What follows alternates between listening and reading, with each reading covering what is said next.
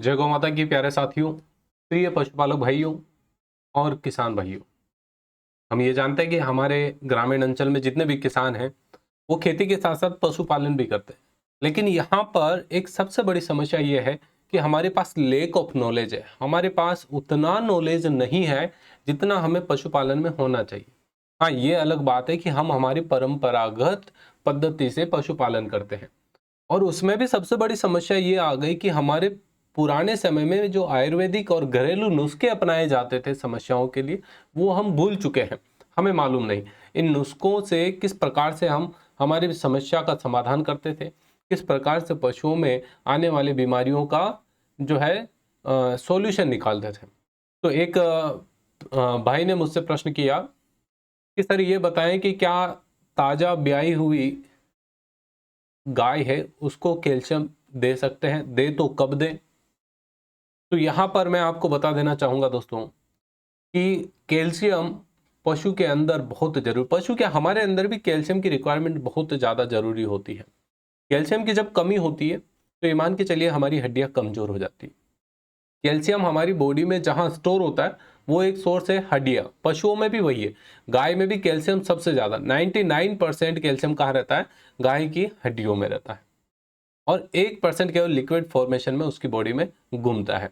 अब बात करें कि कैल्शियम से क्या क्या चीज़ें होती। कैल्शियम से देखो दूध बनता है। 1 लीटर दूध बनाने में 3.2 ग्राम कैल्शियम की जरूरत होती है। मतलब वो 1 लीटर दूध अगर दे रही है तो 3.2 ग्राम अपनी बॉडी से कैल्शियम को वो बाहर निकाल रही है।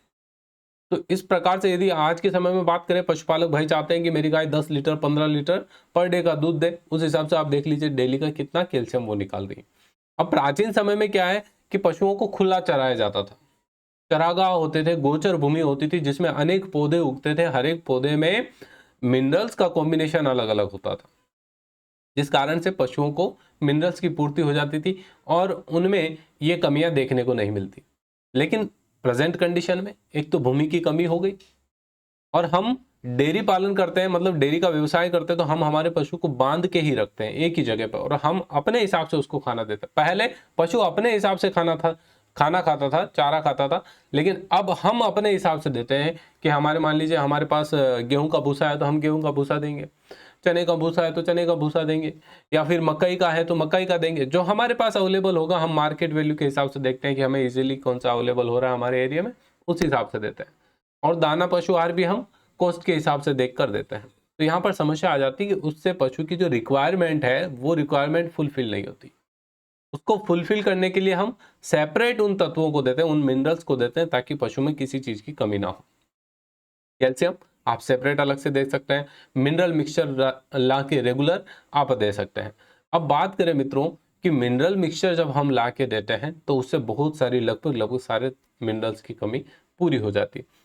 हमारे पशुपालक भाई का प्रश्न था कि क्या ताजा ब्याई हुई गाय को कैल्शियम दें और दें तो कब दें।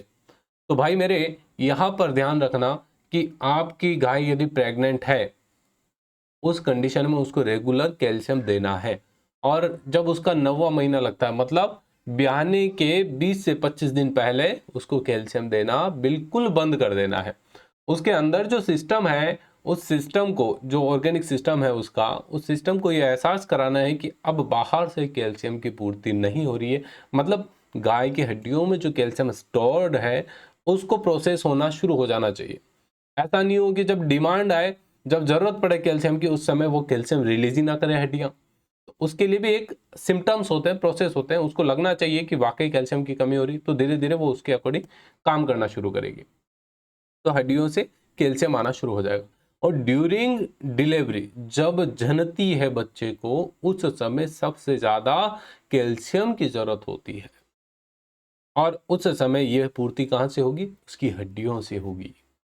और हड्डियों से पूर्ति होने के कारण आसानी से बच्चे को जन्म दे पाएगी। पहली बात क्लियर। बच्चे को जन्म देने से पहले 20 से 25 दिन पहले कैल्शियम हमें बंद कर देना है बिल्कुल, मिनरल मिक्सचर आधा कर देना है। मीठा सोडा भी दे रहे हैं तो मीठा सोडा भी बंद कर दीजिए, नमक दे रहे हैं तो नमक भी बंद कर लीजिए। तो उसके बाद जब बच्चे को जन्म दे दिया तो उसमें कैल्शियम की पूर्ति हो जाएगी। लेकिन जैसे ही बच्चे को जन्म देती है तो बहुत सारा उसका कैल्शियम यूज हो जाता है। तो वहां पर यदि आपको लगता है अब मेरी गाय को कहीं ना कहीं कैल्शियम की पूर्ति की जरूरत है, कैल्शियम की कमी लग रही है, उस परिस्थिति में आप ब्याहने के दूसरे दिन से कैल्शियम दे सकते हैं। ठीक है, पहला पॉइंट नोट किया, ब्याहने से पहले 20 से 25 दिन कैल्शियम बंद कर देना है। ब्याहने के बाद कैल्शियम की कमी लगती है तो दूसरे दिन से दे सकते हैं। और यहां पर ध्यान रखना, अब आपका मेन मोटिव आ जाता है कि मेरी गाय को पीक पे लेना है, मेरी गाय ज्यादा दूध दे। ज्यादा दूध देगी तो मैंने आपको बताया 1 लीटर में 3.2 ग्राम कैल्शियम की जरूरत होती है। तो अगर आपकी गाय 10 लीटर दूध दे रही है तो लगभग आपको 30 से 40 ग्राम कैल्शियम अलग से देना पड़ेगा।